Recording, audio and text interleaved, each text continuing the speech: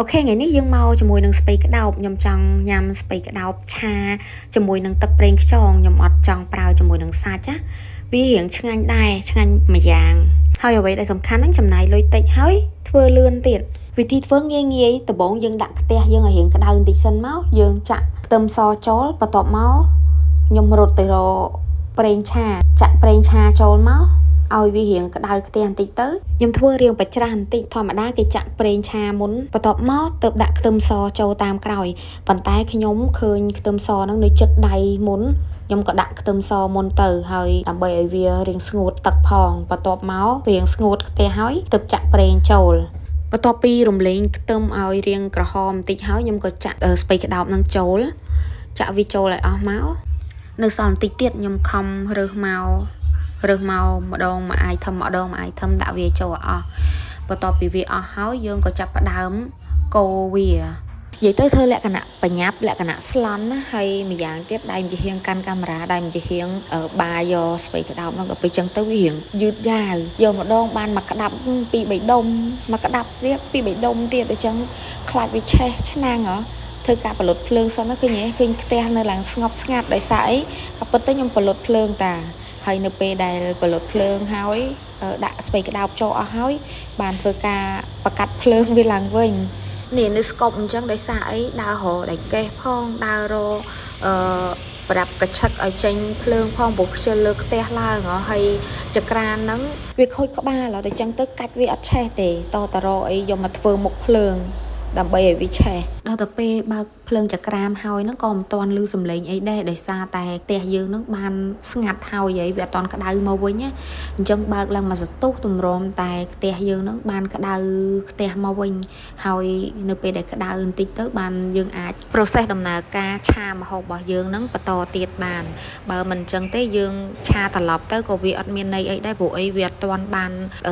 ទុនបន្លែផងហ្នឹងអានេះនៅពេលដែលផ្ទះយើងវារៀងក្តៅបន្តិចហើយយើងចាប់ផ្ដើមកូរទៅឃើញវារៀងសពអាខាងក្រោមហ៎ប៉ុន្តែវាក្តៅតិចតិចទេទើបវាសពតាខាងក្រោមមកតែយើងព្យាយាមកូរចុះកូរឡើង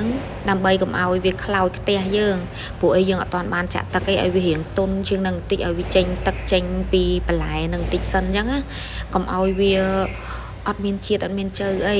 ឆាស្ពៃក្តោបយើងអាចធ្វើបានពីររបៀបទីមួយគឺយើងស្រុះវាឲ្យឆ្អិនសិនចាំយកមកត្រឡប់គ្រឿងហើយនឹងមួយទៀតគឺយើងអត់ចាំបាច់ស្រុះវាទេយើងយកមកឆាតែម្ដងការពិតទៅរសជាតិវាមួយយ៉ាងម្នាក់ទេបើសិនជាយើងបង់គ្រឿងឲ្យសមរម្យដូចដែលជារសជាតិផ្ទះរបស់យើងគឺវាអត់មានប្លែកទេគ្រាន់តែថាបើសិនជាយើងស្រុះវាគឺថាយើងលាងជាគីមីជាថ្នាំអីចេញអញ្ចឹងព្រោះនៅពេលដែលយើងស្រុះទៅយើងចាក់ទឹកដែលស្រុះនឹងចោលទេយើងយកតែសាច់បន្លែរបស់យើងដែលបានស្រុះហើយយកមកឆាដាក់គ្រឿងហើយវិធីឆារបស់ខ្ញុំលើកនេះគឺអត់បានស្រុះវាទេគឺយកមកលីងខ្ទឹមចាក់ឆាតែម្ដងហើយឆារបស់ខ្ញុំនេះគឺដាក់តែគ្រឿងប្រៃផ្អែមធម្មតានឹងឯងឃើញថាបន្លែរបស់យើងនោះវារៀងទន់ហើយអញ្ចឹងយើងដាក់គ្រឿងអីមុនក៏បានដែរតាមចូលចិត្តយើងឃើញថាមានអីនៅចិត្តខ្លួនយើងមុនដាក់មុនអានេះខ្ញុំដាក់អំបិលស្ករប៊ីចេងម្សៅស៊ុបយើងដាក់ឲ្យគ្រប់មុខទៅដើម្បីឲ្យវាឆ្ងាញ់ហើយនេះបន្លែរបស់ខ្ញុំហ្នឹងបានរៀងទន់មែនតើណាយើងត្រូវកូរត្រឡប់ទៅត្រឡប់មកដើម្បីឲ្យបន្លែរបស់យើងហ្នឹងឆ្អិនបានសព្វល្អទាំងអស់កុំឲ្យបន្លែខ្លះវាទន់ហើយបន្លែខ្លះវានៅរឹងបន្លែរបស់យើងដំបូងនៅពេលដែលចាក់ចូលហ្នឹងវាអត់ទាន់ទន់អញ្ចឹងទៅវាអត់ទាន់ចេញទឹកពីបន្លែទេគ្រាន់តែរៀងសពបឃើញវាចេញទឹកពីបន្លែខ្លួនវាតែម្ដងហើយឥឡូវចាប់ផ្ដើមចាក់ប្រេងខ្យងចូលមុនគេដោយសារតែម្ហូបរបស់យើងអត់ដាក់សាច់ទេអញ្ចឹងប្រេងខ្យងដាក់ទៅដើម្បីឲ្យវាមានជាតិហើយបើសិនជាយើងចាក់ប្រេងខ្យងរៀងច្រើនណាយើងកុំដាក់អំបិលឬក៏ម្សៅស៊ុបអីហ្នឹងកុំដាក់វាដោយសារតែវាមានជាតិប្រៃហើយតែហ៊ានតែដាក់គ្រឿងដែលមានជាតិប្រៃថែមហ្នឹងគឺធ្វើឲ្យម្ហូបរបស់យើងហ្នឹងញ៉ាំអត់កើតទេប្រៃខាស់តែម្ដងអញ្ចឹងយើងថែមតែស្ករសបន្តិចហើយនឹងប៊ីចេងបន្តិចទៅបានហើយបន្ទាប់ពីដាក់គ្រប់គ្រឿងហើយយើងត្រូវកូរវាឲ្យសព្វកូរដើម្បីឲ្យវាចូលជាតិគ្នាបានល្អយើងភ្លក់វាមើលល្មមសាបប្រៃតាមរសជាតិរបស់យើងបើសិនជាខ្វះអីថែមនឹងទៅស្ទើរផ្អែមស្ទើរប្រៃថែមអំបិលមកចិបទៅហើយបើយើងខ្វះអីទៀតយើងថែមនឹងទៀតទៅបើថារសជាតិអូខេហើយយើងក៏បិទភ្លើង និយាយទៅមុខម្ហូបមួយមុខហ្នឹងយើងធ្វើលឿនមែនតើដោយសារតែយើងអត់ចាំបាច់រងចាំសាច់ឆ្អិនអីទេក៏ប៉ុន្តែបន្លែមួយហ្នឹងយើងញ៉ាំឆៅក៏បានដែរប៉ុន្តែនៅពេលដែលយើងញ៉ាំឆ្អិនអញ្ចឹងទៅយើងមិនមានការឈឺពោះឈឺពងអីចឹងហើយម្យ៉ាងទៀតយើងអាចដាក់ប្រៃផ្អែមអីបានដើម្បីឲ្យវាមានជាតិហើយនេះយើងអាចដួសវាដាក់ចានបានដែរដោយសារតែវាគ្រប់គ្រឿងហើយវាឆ្អិនបានល្អហើយដាក់ចានដើម្បីរៀបចំបាយដោយសារតែដល់ម៉ោងញ៉ាំហើយតោះអញ្ចឹងចាប់ផ្ដើមញ៉ាំទាំងអស់គ្នា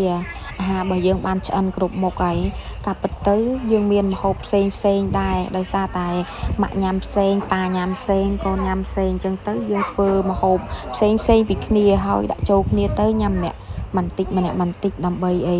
ឲ្យមានរសជាតិឆ្ងាញ់ញ៉ាំអាហារយើងកុំញ៉ាំបាយច្រើនពេកយើងញ៉ាំម្ហូបឲ្យច្រើនហើយមានស្វាយជ្រលក់ជាមួយនឹងអំបិលម្ទេសដែរដើម្បីលាងមាត់ណាដោយសារតែយើងអត់មានផ្អែមអញ្ចឹងយើងយកស្វាយមកជូរទ្រាប់ទៅហើយក៏សូមអរគុណដល់អ្នកមើលដែលបានស្ដាប់បានមើលវីដេអូយ៉ាងរដដប់តម្រាំតែចប់ហ្នឹងអញ្ចឹងខ្ញុំឈប់និយាយហើយខ្ញុំទៅញ៉ាំបាយហើយណាបាយ See you next video